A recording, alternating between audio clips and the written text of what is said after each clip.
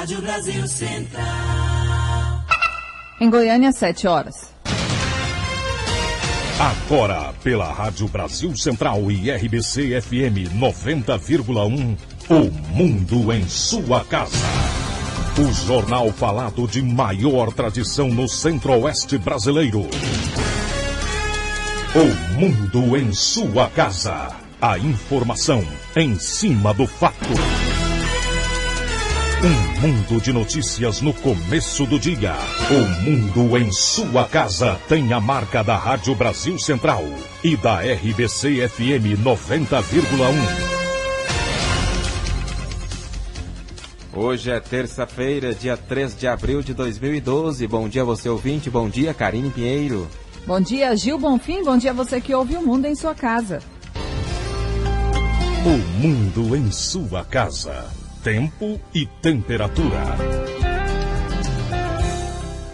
E a previsão do tempo para hoje em Goiânia é de céu parcialmente nublado com períodos de nublado. Podem ocorrer chuva e trovoadas isoladas. A temperatura máxima pode chegar aos 31 graus. E a umidade relativa do ar fica entre 90% e 40%. Neste momento, os termômetros marcam 22 graus em Goiânia. 7,2. O Mundo em sua casa.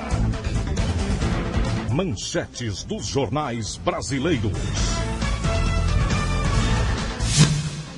O Globo. DEM abrirá processo para expulsar senador do bicho. Folha de São Paulo. Taxa de roubos do estado de São Paulo ultrapassa a do Rio. O estado de São Paulo. DEM abrirá processo para expulsar Demóstenes. Correio Brasiliense. Medo a caminho da escola em Brasília. Valor econômico. Energia no Mercado Livre tem maior preço desde 2010. Estado de Minas, estrada boa, nem pagando. Projetos de concessão de rodovias importantes, como as BRs 040 e 116, estão parados desde 2008. Jornal do Comércio de Pernambuco. DEM já prepara a expulsão de Demóstenes. 0 hora, como o pacote de Dilma ajuda a indústria gaúcha. Brasil Econômico. Empresas têm 150 bilhões de reais em caixa que podem ir para investimentos. O Popular, Operação Monte Carlo, Demóstenes a um passo de ser expulso do DEM. Diário da Manhã, Demóstenes fora do DEM. Senador teria acertado desfiliação na noite de ontem. 7,3.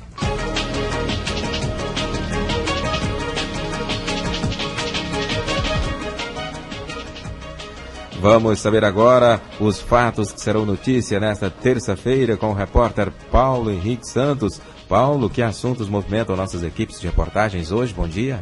Bom dia, Gil. Bom dia, Karine. Bom dia a todos. Bom dia. Olha, o Corpo de Bombeiros lança daqui a pouco a Operação Semana Santa 2012. O foco é a prevenção de afogamentos e resgate de vítimas.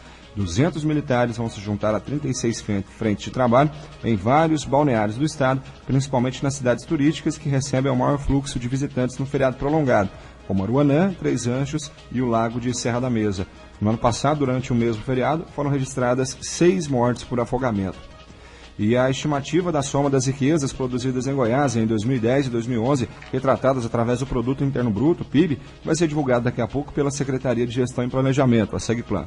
Essa é a primeira vez que a divulgação dos dados do PIB será atualizada, mesmo que preliminarmente, graças a um esforço realizado pela Superintendência de Estatísticas, Pesquisas e Informações Socioeconômicas. Além de Goiás, apenas os estados de São Paulo, Espírito Santo, Pernambuco, Ceará e Minas Gerais calculam PIB antes dos fechamentos feitos pelo IBGE, no Instituto Brasileiro de Geografia e Estatística. E o secretário de Cidadania e Trabalho, Henrique Arantes, vai conceder entrevista coletiva daqui a pouco para esclarecer algumas mudanças no pagamento do benefício Renda Cidadã. A mudança na rede bancária para pagamento do benefício e a irregularidade de algumas famílias dentro do programa serão os assuntos tratados pelo secretário na entrevista de logo mais. Então é isso, Gil. Esses são os nossos destaques de hoje. Obrigado, Paulo Henrique Santos. E você confere detalhes desses assuntos ao longo da programação e também amanhã, aqui mesmo no Mundo em sua casa. Agora são 7h05. O Mundo em sua casa. A política em Goiás. 5 projetos do Executivo já estão prontos para serem votados pela Assembleia Legislativa. Ao todo, tramitam na Casa 25 projetos de autoria do Executivo. Na semana passada, chegaram mais 5 e foram lidos em plenário. Dentre as matérias mais recentes, destaque propõe a atualização das pensões para vítimas do Césio 137. Desse total, 5 já cumpriram a tramitação nas comissões e estão na pauta para serem votados, o que pode acontecer na tarde desta terça-feira. O que prevê reajuste de salário para os servidores públicos ainda se encontra nas comissões, uma vez que recebeu emenda dos deputados de oposição na tentativa de incluir nele o retorno da titularidade para os professores. Mas, segundo o líder do governo, o deputado Helder Valim, do PSDB, o projeto do reajuste para os servidores é um dos mais importantes em tramitação. O que dá aumento das databases para os servidores públicos, que vão atender, na verdade, todos os servidores públicos do Estado de Goiás. Sem sombra de dúvida, esse atualmente na Casa é o projeto mais importante. Estamos tramitando normal, dentro das condições, não é? Acho que nós está dentro de uma normalidade. Os projetos do Tribunal de Justiça, a liderança de governo não faz um acompanhamento, porque é de outro poder, ele é de responsabilidade, de análise dos 41 deputados. Ainda não foi divulgado pela mesa diretora o cronograma de funcionamento da Assembleia Legislativa nessa semana, marcada para um final de semana prolongada pela Semana Santa. Normalmente é uma semana de esvaziamento de trabalhos, o que pode voltar a ocorrer. Libório Santos, Sistema Brasil Central de Rádio. 7:06. Câmara Municipal de Aparecida de Goiânia discute alteração no plano diretor da cidade. O projeto de lei que tramita na Casa busca regularizar todas as áreas destinadas à industrialização em Aparecida de Goiânia. As mudanças estão sendo discutidas com a população em audiência pública. A segunda reunião está marcada para o próximo dia 13. O município conta com 5 áreas industriais, todas em situação irregular por falta de regulamentação, segundo o presidente da Câmara Municipal, João Antônio Borges. Isso pode causar prejuízos à economia local. Nenhum segue as normas atuais de parcelamento do solo, porque os polos empresariais também são loteamentos, só que loteamentos diferenciados, são loteamentos para empresas, não são para residências, mas eles não estão regulamentados dessa forma. Na verdade, eles teriam que seguir a mesma norma do parcelamento de solo comum. A Aparecida está em franco desenvolvimento, cada dia mais as empresas querem vir para cá, então nós temos que dar garantia às empresas que nós temos aí os nossos polos totalmente legais. A audiência pública do próximo dia 13 será realizada às 9 horas da manhã na Câmara Municipal. Após o encontro, o projeto que altera o plano diretor estará apto para votação em plenário. Após a aprovação, será encaminhado para a sanção do prefeito Maguito Vilela. Karine Pinheiro para o Sistema Brasil Central de Rádio. Agora são 7:08. O presidente do Democrata, senador José Agripino Maia, anunciou que o partido decidiu abrir um processo de expulsão do senador Demóstenes Torres. Segundo Agripino, o desenrolar do processo deverá durar uma semana, tempo que Demóstenes terá para apresentar a defesa dele. Demóstenes é acusado de ligações com o empresário Carlinhos Cachoeira, investigado pela Polícia Federal na Operação Monte Carlo. Gravações feitas pela Polícia Federal registraram solicitação de dinheiro à Cachoeira, feitas pelo senador, e informações privilegiadas repassadas por Demóstenes para o controlador do jogo ilegal em Goiás. E a defesa do senador Demóstenes Torres vai tentar anular o inquérito. Uma das principais linhas de atuação da defesa do senador Demóstenes Torres será tentar anular o inquérito instaurado para apurar a ligação dele com o empresário de jogos ilegais Carlinhos Cachoeira. O advogado do político, Antônio Carlos Almeida Castro, ressaltou que Demóstenes ainda não sabe exatamente quais são as acusações contra ele, uma vez que apenas na semana passada o ministro do Supremo Tribunal Federal, Ricardo Lewandowski, autorizou acesso ao processo. O advogado disse ainda que buscará anular o inquérito sob a justificativa de que as escutas em que Demóstenes Torres foi flagrado conversando com Carlinhos Cachoeira são ilegais. Porque o senador foi gravado durante 3 anos, provavelmente, sob a determinação de um juiz de primeiro grau, que não teria competência para determinar a investigação em um senador da República. Enquanto a Constituição prevê, como de fato hoje prevê, que o senador da República só pode ser investigado pelo Supremo, nós temos que cumprir a Constituição.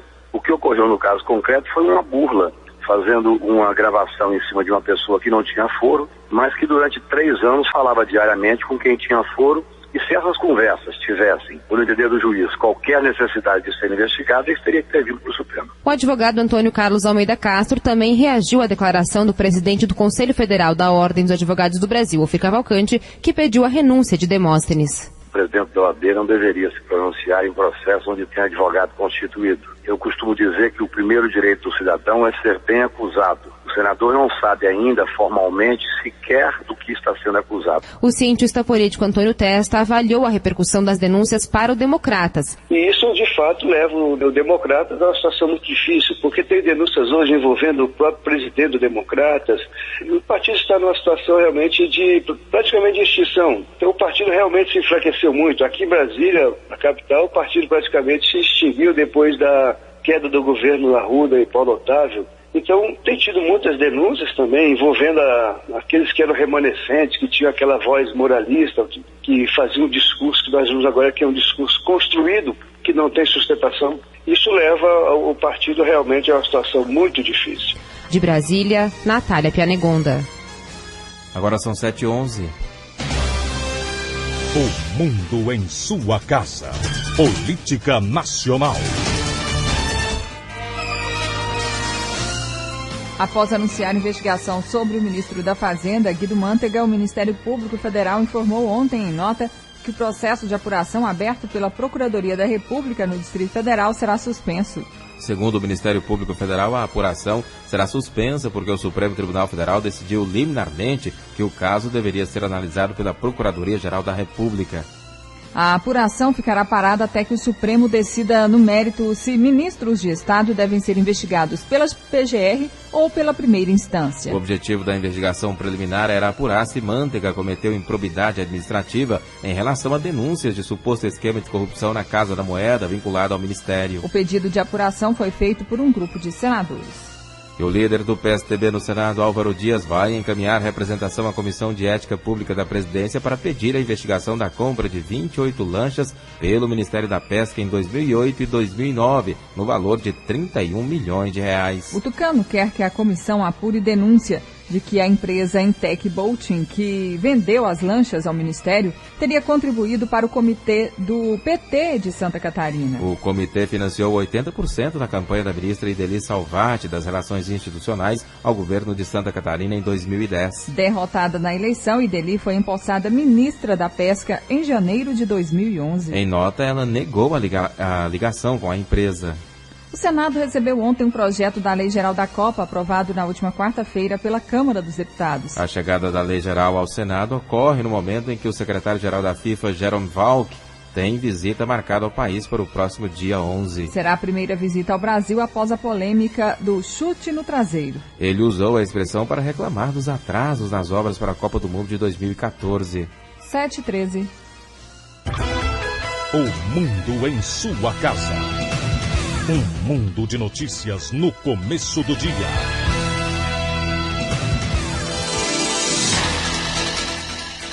Uma criança recém-nascida foi encontrada dentro de uma sacola plástica no Jardim Novo Mundo, em Goiânia. Ela foi socorrida por uma aposentada de 74 anos que voltava para casa quando se deparou com a menina no chão. O corpo de bombeiros foi acionado e levou a criança para o Hospital Materno Infantil. Segundo a assessoria de imprensa da Secretaria Estadual de Saúde, o estado de saúde do bebê é estável. A menina chegou ao Hospital Materno Infantil com 2,6 kg. Ela respira sem a ajuda de aparelhos.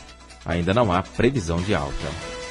A GCEP determina força-tarefa para analisar os prontuários da população carcerária na unidade prisional de Jataí. A unidade prisional de Jataí tem 268 presos e capacidade para 66 vagas. A realização de uma força-tarefa com 2 advogados e equipe procurou avaliar os prontuários da população carcerária, pois há casos com tempo de benefício de progressão de pena suficiente ou até mesmo de cumprimento concluído.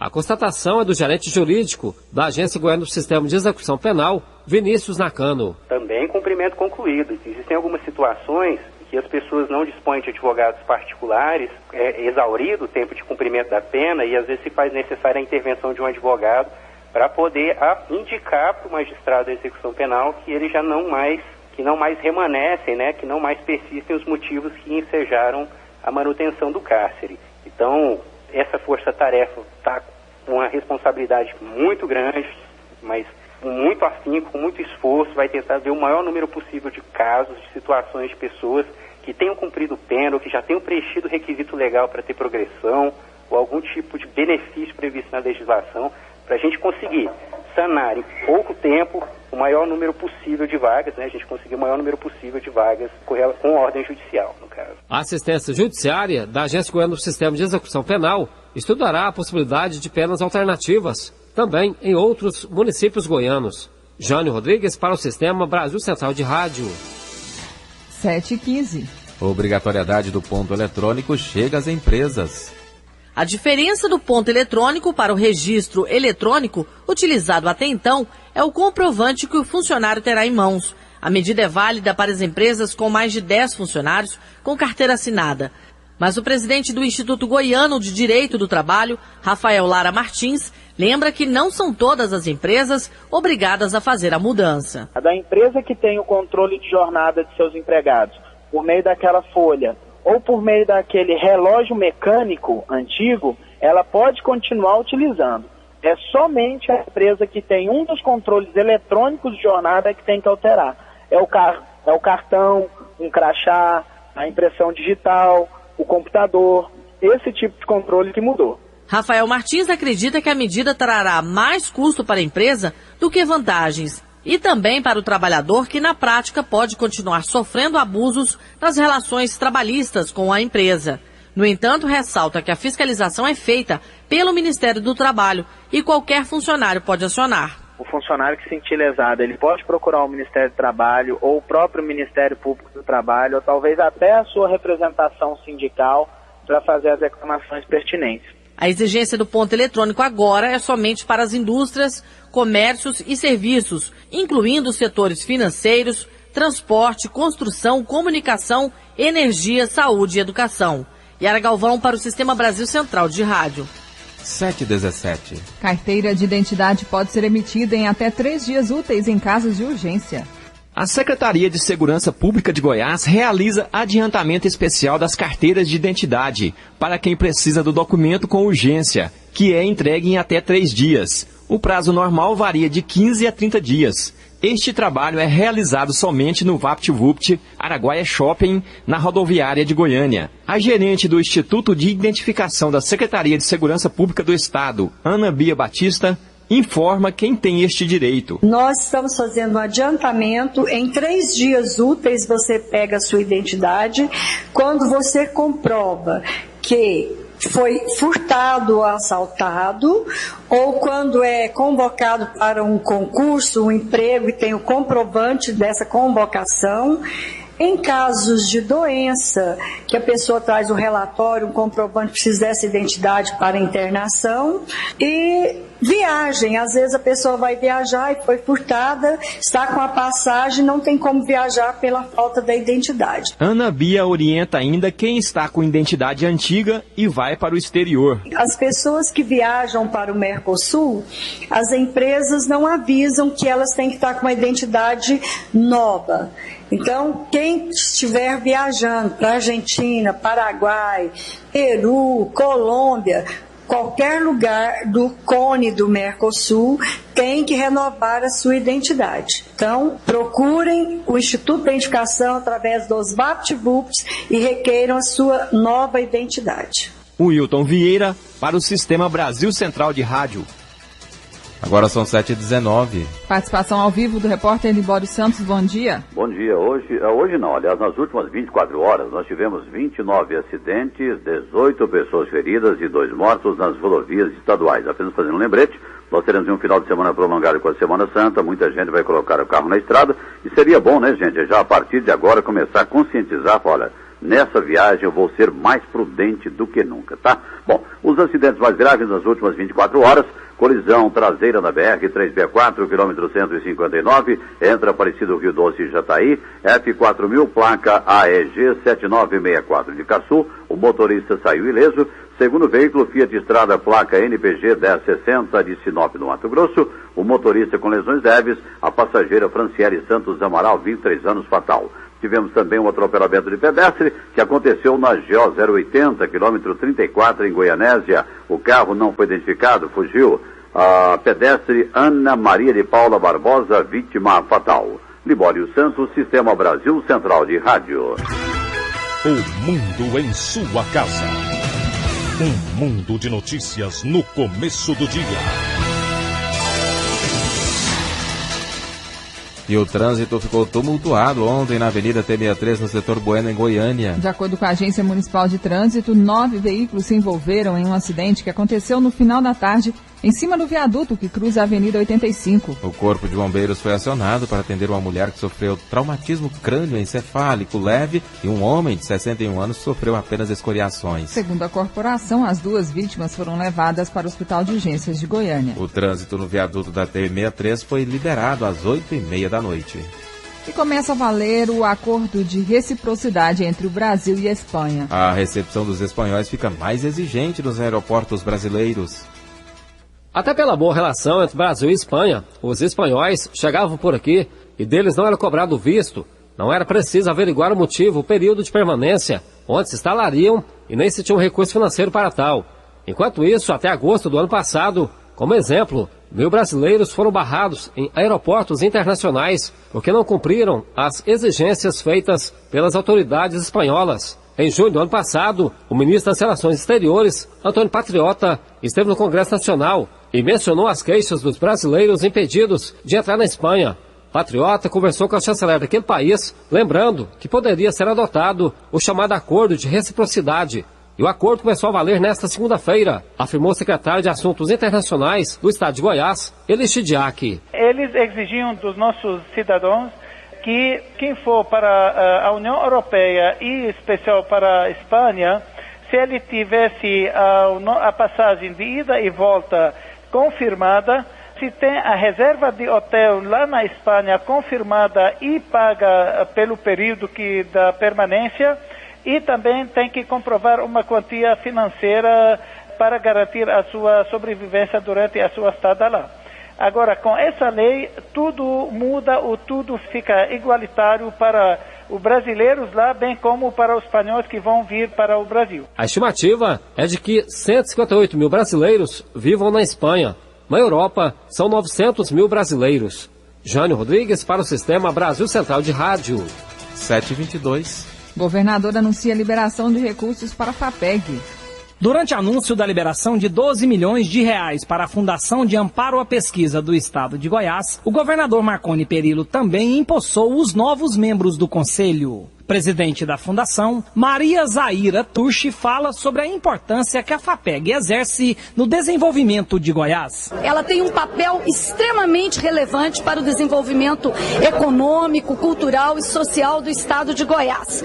Hoje, para o mundo inteiro, está claro que investir na ciência e na tecnologia é de fato um investimento de longo prazo, de futuro, mas é de fato aquele que pode elevar um país, um Estado a patamar mais desenvolvidos no âmbito econômico, mas sobretudo no âmbito social. Hoje, as grandes palavras para o mundo são ciência, tecnologia e inovação. Então, a Fundação de Amparo à Pesquisa do Estado de Goiás, ao ter o fomento específico para essa ação, significa que o Estado está investindo em ciência, tecnologia e inovação e nos possibilita também estabelecer convênios no âmbito federal, no âmbito internacional e trazer mais recursos para Goiás, o que certamente faz muita diferença no nosso desenvolvimento. E é por isso que hoje nós vamos lançar também 4 novos editais. E esses editais foram gestados a partir de muitas reuniões com as universidades, com os pesquisadores, ouvindo a demanda da comunidade científica. O montante repassado pelo governo será usado na realização de eventos científicos em Goiás, na participação de pesquisadores goianos em eventos no Brasil e no exterior e na implementação do programa de apoio a núcleos de excelência. Aulus Rincon para o Sistema Brasil Central de Rádio. E servidores da cultura em Goiânia reivindicam a implantação do Sistema Municipal de Cultura.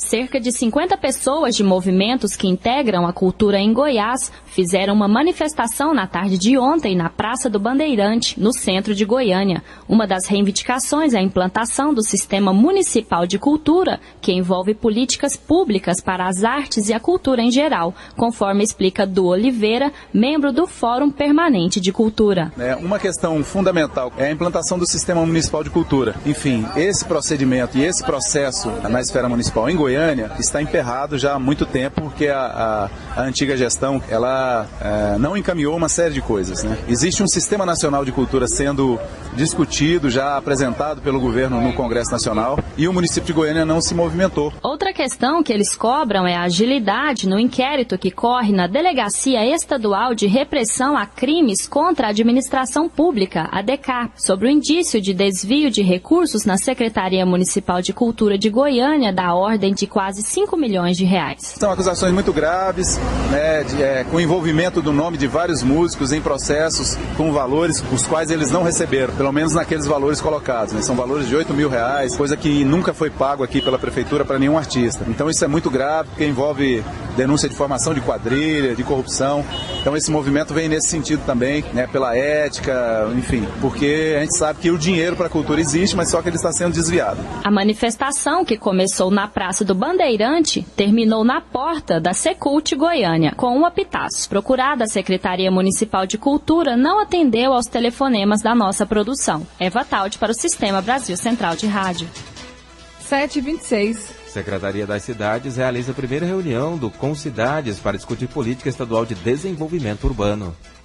O governo de Goiás, por meio da Secretaria das Cidades, realizou nesta segunda-feira a primeira reunião do Conselho Estadual das Cidades, o Concidades, órgão criado pelo Decreto 7.086, de caráter consultivo, deliberativo, normativo e fiscalizador, com a finalidade de realizar estudos e propor diretrizes para a formulação e implementação da Política Estadual de Desenvolvimento Urbano. De acordo com o secretário estadual de Cidades, Igor Montenegro, o Concidades, formado por 29 conselhos, representantes do setor produtivo, ONGs, entidades profissionais, acadêmicas e de pesquisa, entidades sindicais e órgãos governamentais, vai se reunir mensalmente e estará aberto para ouvir a população. As câmaras técnicas são abertas. As reuniões também do Concidades são abertas. Os membros que podem votar são os membros efetivos previstos no decreto governamental que criou o Conselho. Esses podem votar, mas a participação é aberta e também os encaminhamentos da sociedade civil organizada podem ser feitos através das suas representações. Nós temos representações aqui das mais diversas, desde a Associação das Donas de Casa até movimentos de organizações não governamentais, de sindicatos, entidades empresariais, de forma que a sociedade civil ela pode também trazer as suas propostas através de todas essas entidades que são votantes. Entre as competências do Concidades estão acompanhar e avaliar as questões relativas à política do uso do solo urbano, habitação, saneamento ambiental, mobilidade e transporte coletivo. Heloísa Amaral para o Sistema Brasil Central de Rádio. 7h28. Duas ações do Ministério Público Federal em Goiás pedem na Justiça o fim da cobrança de taxas sobre a emissão de diploma, histórico escolar, certidão de notas, declaração de dias de provas e de estágio, plano de ensino, declaração de disciplinas cursadas ou de transferência nas faculdades Alfa, Sul da América, UVA, PAC-Lions, PUC Goiás, Senac, Sezuc e Camburi. Desde o início deste ano, por decisão liminar, 4 faculdades já estão proibidas de cobrar estas taxas. A Padrão, Alfredo Nasser, Unifam e FANAP. Em caso de descumprimento, o Ministério Público Federal sugere multa diária de R$10 mil. 7h28. Polícia prende homem com um carro clonado. Houve troca de tiros.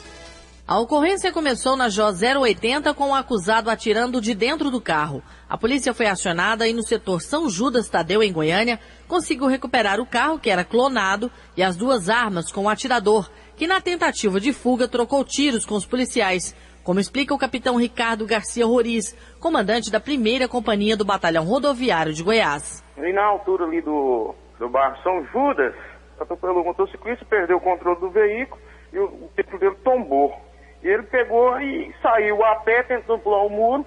A hora que ele viu o pessoal da guarnição da viatura, ele atirou contra a viatura, os meninos revidaram, pegou parece que 2 tiros assim, meio de raspão nele, um na altura do ombro, outro na cabeça.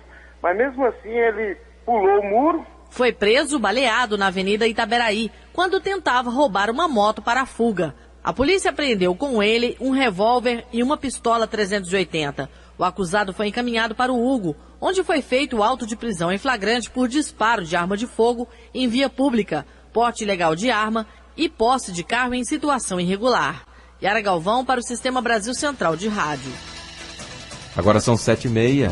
Às vésperas do feriado da Semana Santa, o Hemocentro de Goiás faz um apelo à população goiana para que doe sangue nos próximos dias para reforçar o estoque da unidade. Mesmo com o funcionamento no último sábado, não foram realizadas as captações esperadas para dar mais tranquilidade no período de aumento da demanda pelas bolsas de sangue durante feriados. Vamos conversar com a doutora Tânia Aparecida de Paula, ela é coordenadora da Central de Captação de Sangue do Hemocentro. Bom dia.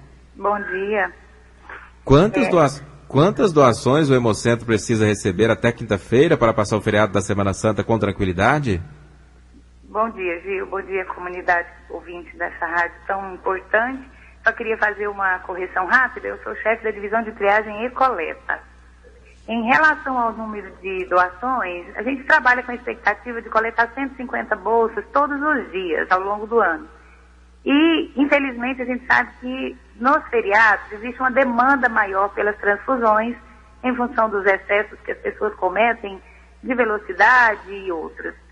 E como a gente não tem atingido o nosso número de 150, a gente está sempre fazendo um convite à população para que venha doar sangue, que faça isso antes da viagem e que torne isso um hábito de vida, já que todos nós podemos ser possíveis receptores de sangue em algum momento da nossa vida.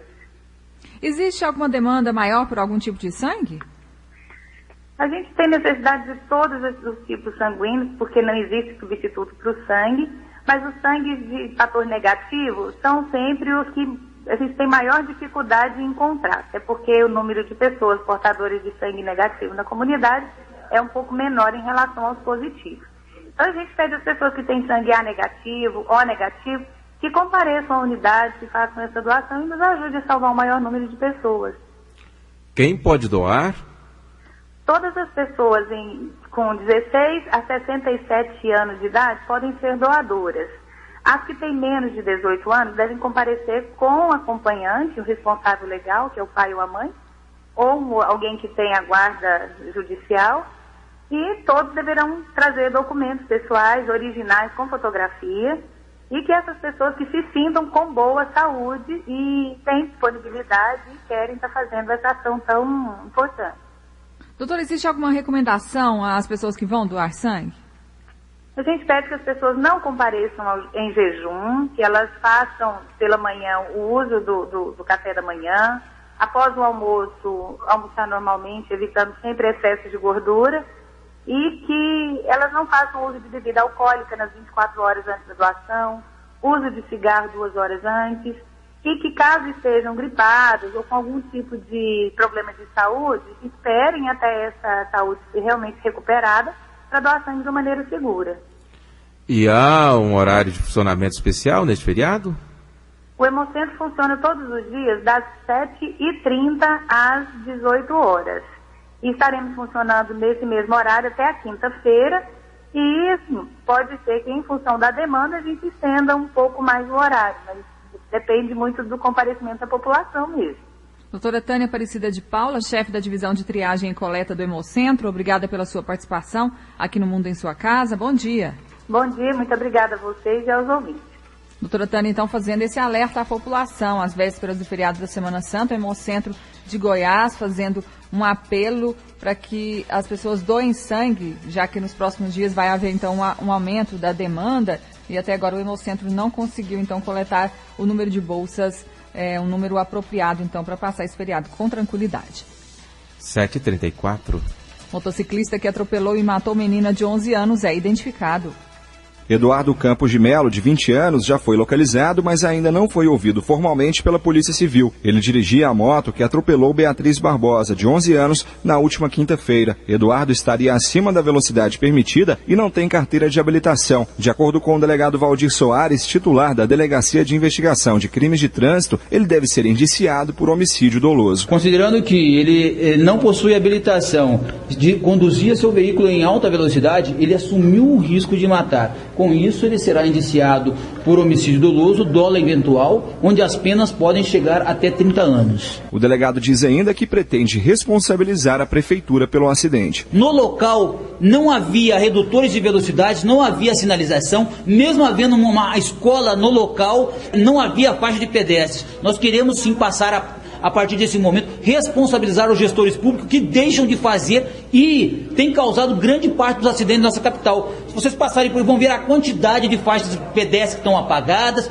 falta de sinalização. Beatriz foi atropelada e morta na Avenida Contorno, no setor Novo Planalto, região noroeste de Goiânia. Ela atravessava a rua de bicicleta quando foi atingida por uma moto e acabou caindo no asfalto. Em seguida, Eduardo, que estava logo atrás também de moto, passou por cima do corpo da menina, que morreu na hora. O primeiro motociclista ainda não foi identificado. Paulo Henrique Santos, para o Sistema Brasil Central de Rádio. 7h35. A mãe do bebê que morreu depois de ficar fechado dentro de um carro poderá ir à júri popular caso venha a ser acusada pelo crime de homicídio doloso quando há intenção de matar. O relatório final do inquérito já foi entregue ao Poder Judiciário. Grávida Andressa Prado de Oliveira se diz inocente após deixar o filho de 1 ano fechado por 4 horas. Ela está presa na casa de prisão provisória. 7h36. Prefeitura de Aparecida de Goiânia inaugura unidade básica de saúde no residencial Caraíbas. Essa é a primeira de 5 unidades que serão inauguradas ainda em abril. A secretária interina de saúde do município, Maria Cláudia Honorato, falou sobre os serviços que serão colocados à disposição da comunidade nesses locais. Essa unidade é uma estratégia nova, implantada pelo Ministério da Saúde, que é a estratégia Saúde da Família. Então, as unidades relativamente pequenas, que ocuparão, são 3 equipes de saúde da família, que constituem 3 médicos, 3 enfermeiros, 3 técnicos de enfermagem e 15 agentes comunitários de saúde. Temos também 3 dentistas e os atendentes de consultório dental. Cada equipe dessa vai atender 1.000 famílias, o que significa em torno de 3.500 pessoas cada 1.000 famílias dessas. Então, em torno de 9.000 pessoas. A secretária também apontou de que forma as unidades básicas de saúde vão contribuir para melhorar a saúde da comunidade. Essas unidades, a gente atende aquelas famílias cadastradas que moram perto da unidade. O intuito é fazer com que essas famílias se acostumem a ir na unidade, independente de estarem doentes ou não. Então, elas vão fazer sempre um atendimento, às vezes, para prevenir uma doença. Dessa forma, essa família que vai ter esse atendimento frequente na unidade, ela provavelmente não frequentará uma urgência. As próximas unidades de saúde serão inauguradas nos bairros Retiro do Bosque, Alto Paraíso, Vila Del Fiore e Setor dos Bandeirantes. Mais 10 unidades estão sendo licitadas pela Prefeitura e a previsão é de que sejam entregues ainda este ano. Lorena Borges para o Sistema Brasil Central de Rádio. 7h38. Abertas inscrições ao Projovem Urbano de Goiânia. Jovens com idade entre 18 e 29 anos que ainda não concluíram o ensino fundamental e desejam receber qualificação para exercer uma profissão no mercado, podem se matricular no Programa Nacional de Inclusão de Jovens e Adultos. Com o Projovem Urbano, os alunos frequentam aulas durante 18 meses e recebem curso de telemática, que inclui telemarketing, manutenção de computadores e assistente de vendas, além de receber um auxílio de R$100 por mês. As aulas são ministradas das 6h30 às 10h30 da noite em polos localizados nos bairros Residencial Itaipu, Jardim Europa, Vila Pedroso e Morada do Sol. A coordenadora pedagógica do programa, Cleodiva Almeida Neves, diz que o benefício tem mudado a realidade dos jovens mais carentes. Na sua grande maioria, ou são trabalhadores, ou são pessoas que têm problemas com envolvimento com drogas. É aquele pessoal que está à margem da sociedade mesmo, os excluídos da escola normal. Nós temos casos de alunos que trabalhavam através do Projovem, ao começar a participar do Projovem, trabalhavam no Bretas, o exemplo de uma aluna. Trabalhava no Bretas, trabalha na parte de higienização do espaço, do ambiente. Hoje, depois de se qualificar no programa, ela assumiu a atividade de gerência no Bretas. Então, são diversos exemplos de alunos que conseguiram promoções nos seus trabalhos após concluir o Projovem, porque eles têm uma outra visão de mundo, de trabalho, de organização. Os interessados devem fazer a pré-matrícula pelo telefone 156 ou procurar a sede do Projovem entre 8 horas da manhã e 6 horas da noite, na Rua 10, número 494, Setor Sul. Para confirmar a matrícula, o candidato deve apresentar cópias da carteira de identidade, CPF e comprovante de endereço. As inscrições seguem até o dia 30 de abril. Karine Pinheiro para o Sistema Brasil Central de Rádio. 7h39. A seguir, as notícias do esporte com José Calazans. O mundo em sua casa. O mundo em sua casa. O jornal falado de maior tradição no Centro-Oeste brasileiro.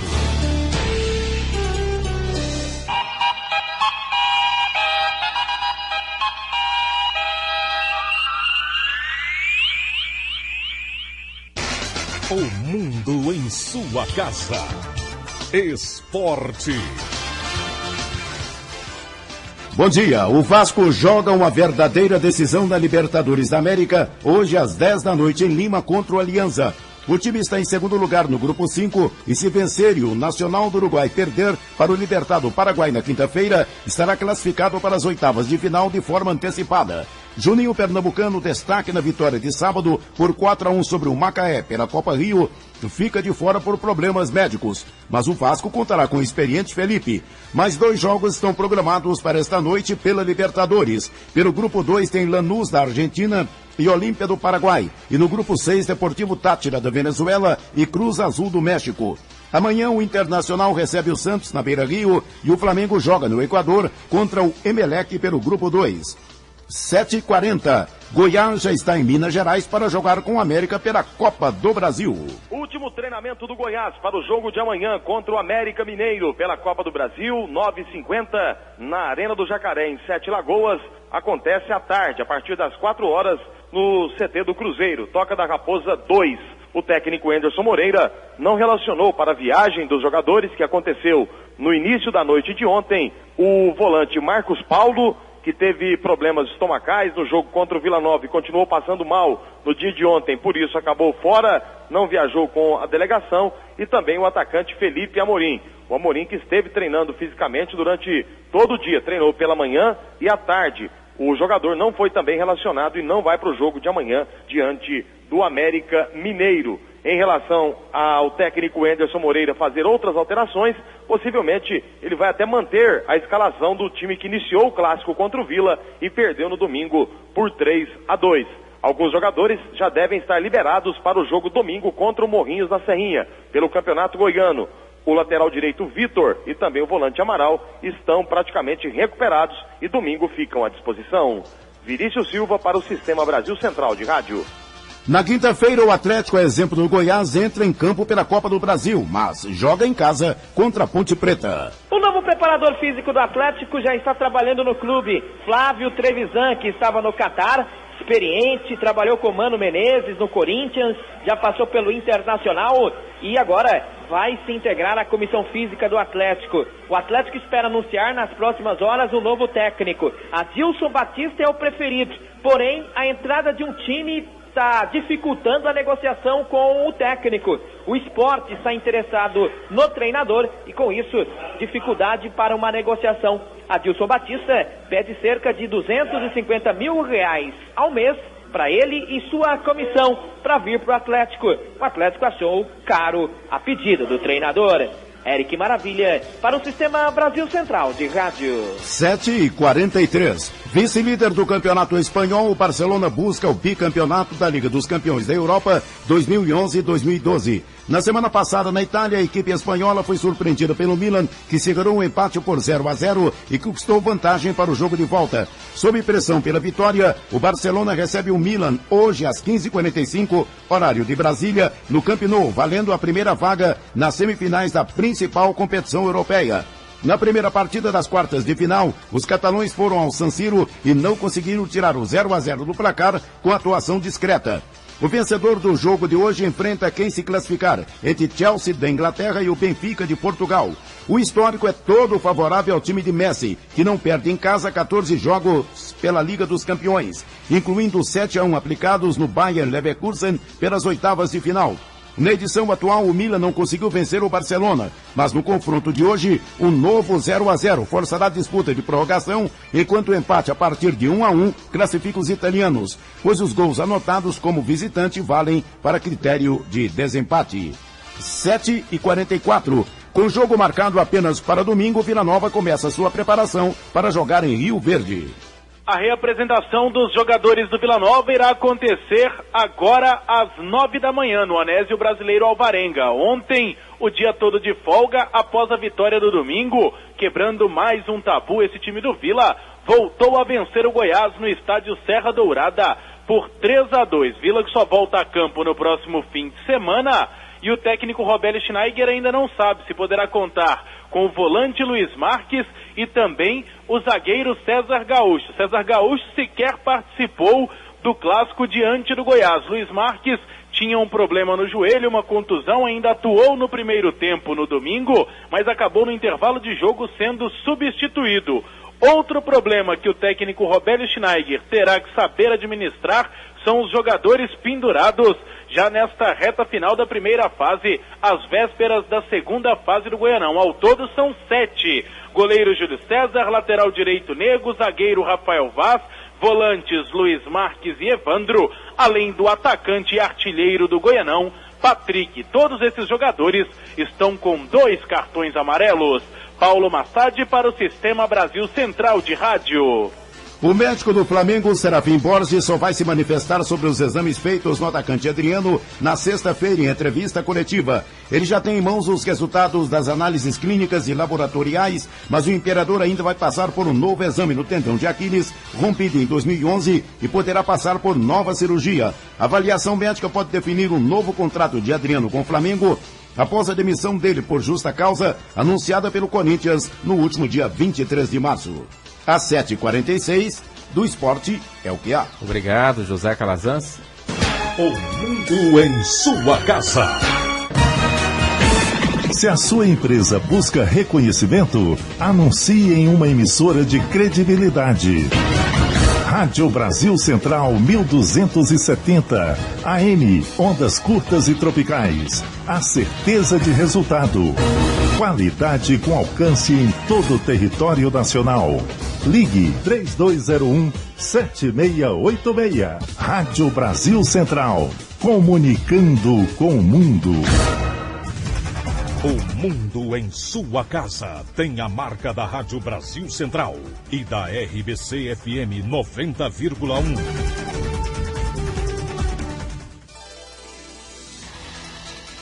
Sete e 47 de volta, Libório Santos. Libório? Problemas na linha com o Libório Santos, já ele volta com uma informação sobre o acidente na BR. 7h47, e fiscais da CMTC querem reajuste salarial e melhoria nas condições de trabalho.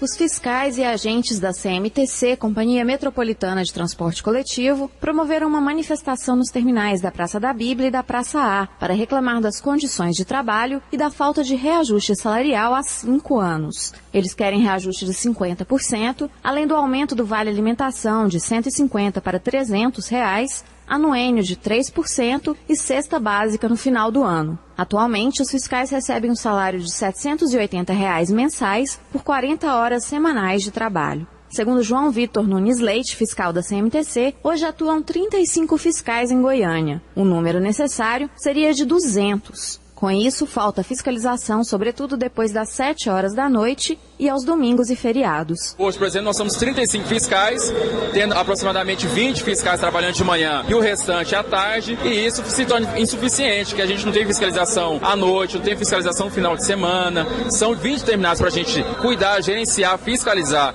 e nós não damos conta de chegar em todos os terminais. São 18 cidades para a gente também tomar conta do sistema de transporte, e esse quantitativo é muito suficiente. João Vitor reclamou também que as multas aplicadas pelos fiscais nunca são repassadas às empresas. Para ele, falta disposição do poder público para melhorar o transporte na capital e na região metropolitana. O problema lá na CMTC é que a gente não tem a comissão que vai julgar essas infrações. Então o fiscal gera o auto de infração no terminal, chega na CMTC, como você não tem um órgão para julgar essas infrações, ele não chega até as empresas. Então as empresas não estão pagando e nunca pagaram até hoje nenhuma auto-infração dos fiscais. Se continuar dessa forma, realmente não vai melhorar para nada. Porque a CDTC, que é a Câmara Deliberativa do Transporte Coletivo, não se reúne para cuidar dessas questões. A CMTC afirma que a manifestação dos fiscais não é representativa e que reajustes salariais e outras reivindicações da categoria são discutidas com o Sinditransporte. Heloísa Amaral para o Sistema Brasil Central de Rádio. 7h49, agora sim, Libório Santos. Exatamente, tivemos um problema de trânsito há poucos minutos, aconteceu uma colisão, aliás, uma múltipla colisão, um engavetamento com 4 veículos na BR-153, na pista no sentido Aparecida de Goiânia, nas imediações daquela passarela de pedestre na Vila Redenção. Os carros ainda estão no local e o trânsito está praticamente parado. A pista está parcialmente funcionando, está quase totalmente interditada e já há um congestionamento bastante grande. Portanto, aquelas pessoas que pretendem passar pelo local, procure o desvio. Nós entramos em contato com a Polícia Rodoviária Federal, ela está enviando nesse exato momento uma viatura para o local. A informação que nós temos é que não houve vítimas, apenas danos materiais. Mas, repito, o trânsito está tumultuado no local. Quem puder evitar, que evite. Libório Santos, Sistema Brasil Central de Rádio. Obrigada, Libório Santos. Logo mais informações ao longo da nossa programação sobre esse acidente no perímetro urbano da BR-153, na altura da Vila Redenção. Secretaria Municipal de Saúde realiza campanha contra a dengue nas igrejas. O Departamento de Vigilância em Saúde da Secretaria Municipal de Saúde começou nesta segunda-feira a campanha Nem Água Benta Pode Ficar Parada. O trabalho é realizado em mais de 2.000 igrejas e domicílios adjacentes para verificar, eliminar e tratar criadouros do mosquito da dengue. A iniciativa acontece devido ao aumento do número de fiéis nas igrejas da capital no feriado da Semana Santa. O diretor de Departamento da Vigilância de Saúde Ambiental, Luiz Elias Camargo, explica a estratégia da operação nestes dias. Fiscalização, a vistoria, principalmente nas igrejas, templos evangélicos, bem como nas residências, tanto residências comerciais como residências particulares ou em volta desses locais, para a gente ver como está a situação com relação a criatório do mosquito transmissor da dengue. Luiz Elias orienta ainda quem vai viajar. Ter alguém para estar olhando a residência e não deixar nenhum objeto que possa vir acumular água. E o mosquito do ovo até ele ser adulto é somente uma semana. De acordo com o diretor da Secretaria Municipal de Saúde, no primeiro levantamento do trabalho em 350 igrejas e 2.500 residências, foram encontrados e controlados 43 focos do mosquito da dengue. O Wilton Vieira, para o Sistema Brasil Central de Rádio. Agora são 7h52. O governo estuda medidas de intervenção no entorno do Distrito Federal que registra elevadas taxas de criminalidade. A violência da região é consequência de problemas sociais graves, como falta de transporte público e de assistência à saúde. Ontem, uma comissão se reuniu para debater alternativas para o desenvolvimento autossustentável e a geração de emprego e renda no entorno do Distrito Federal. Vamos falar sobre esse assunto com o Coronel Divino Efigênio de Almeida, chefe do Gabinete de Gestão de Segurança do Entorno. Bom dia.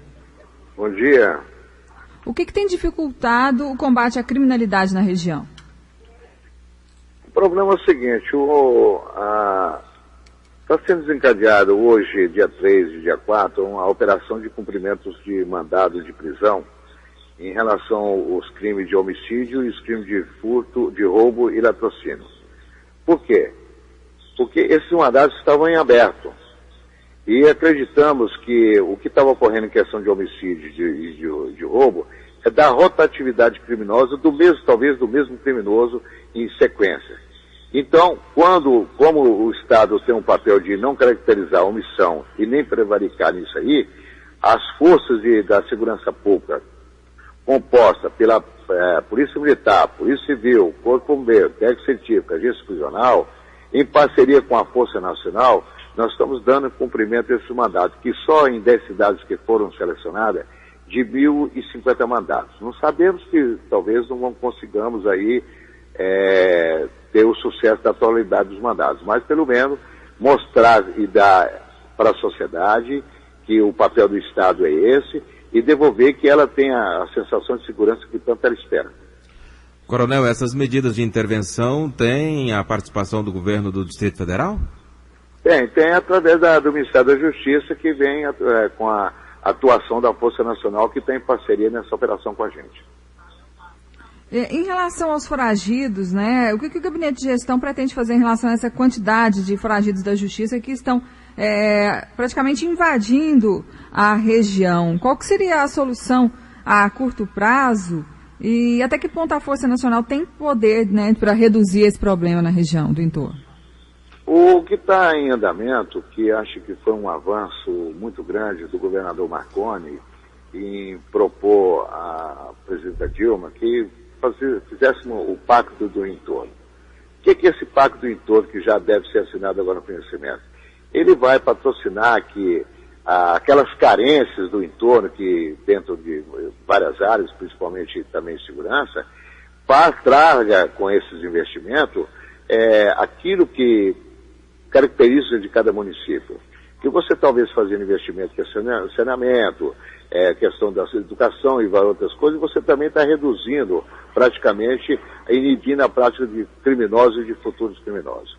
E no investimento da segurança, questão de investimento, questão de efetivo, de qualidade de treinamento e outras coisas mais.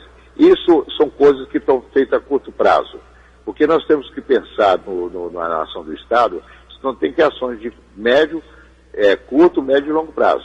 E essas medidas que talvez com o Pacto do Entorno está sendo efetivado, ela vem trazer talvez algumas carências, porque o Estado, a União tem que participar com isso.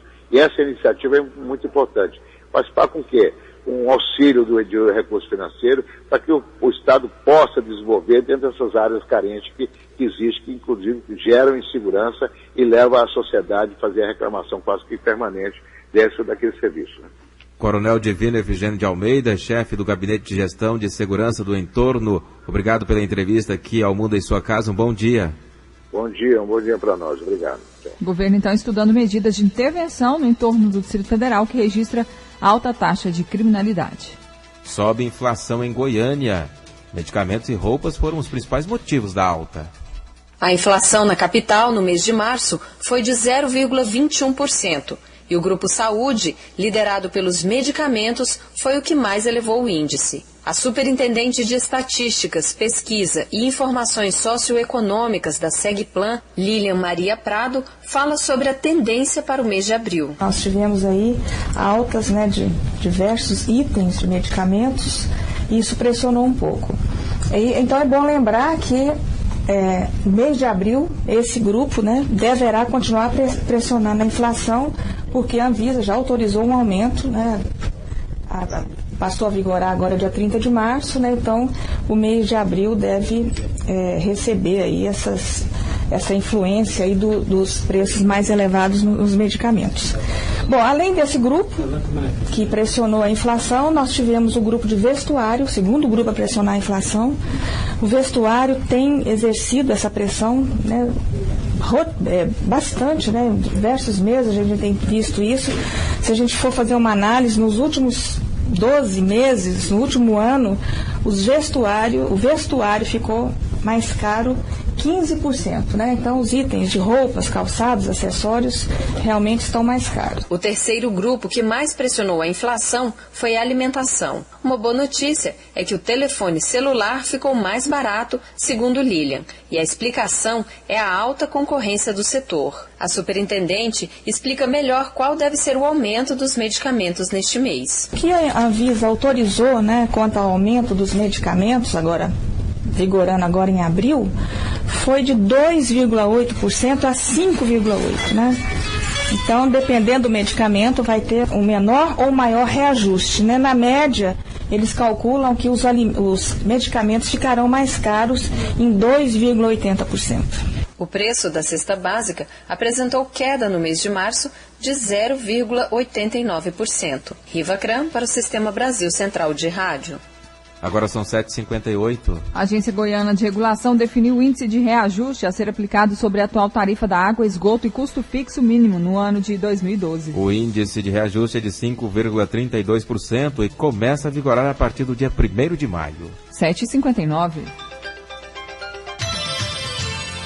Os operários da usina de Belo Monte, no Pará, que estavam em greve desde a semana passada, decidiram voltar ao trabalho a partir de hoje. Os trabalhadores das usinas de Santo Antônio e Giral, no Rio Madeira, em Rondônia, também encerraram a paralisação. Em assembleias, os operários aceitaram reajuste de 7% para quem recebe até R$ 1.500 e de 5% para quem ganha acima desse valor. Noticiário Internacional.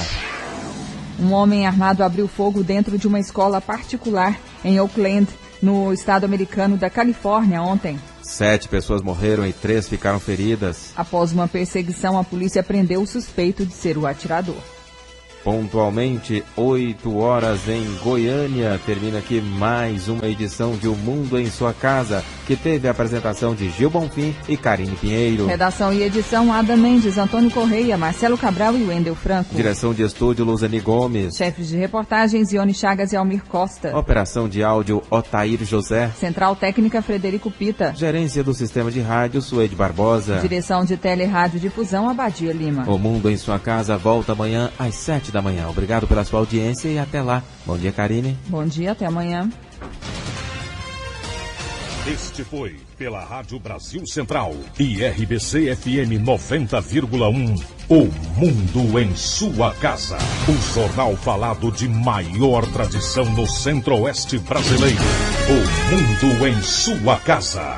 A informação em cima do fato. Um mundo de notícias no começo do dia. O Mundo em Sua Casa voltará sempre com a marca da Rádio Brasil Central e da RBC FM 90,1.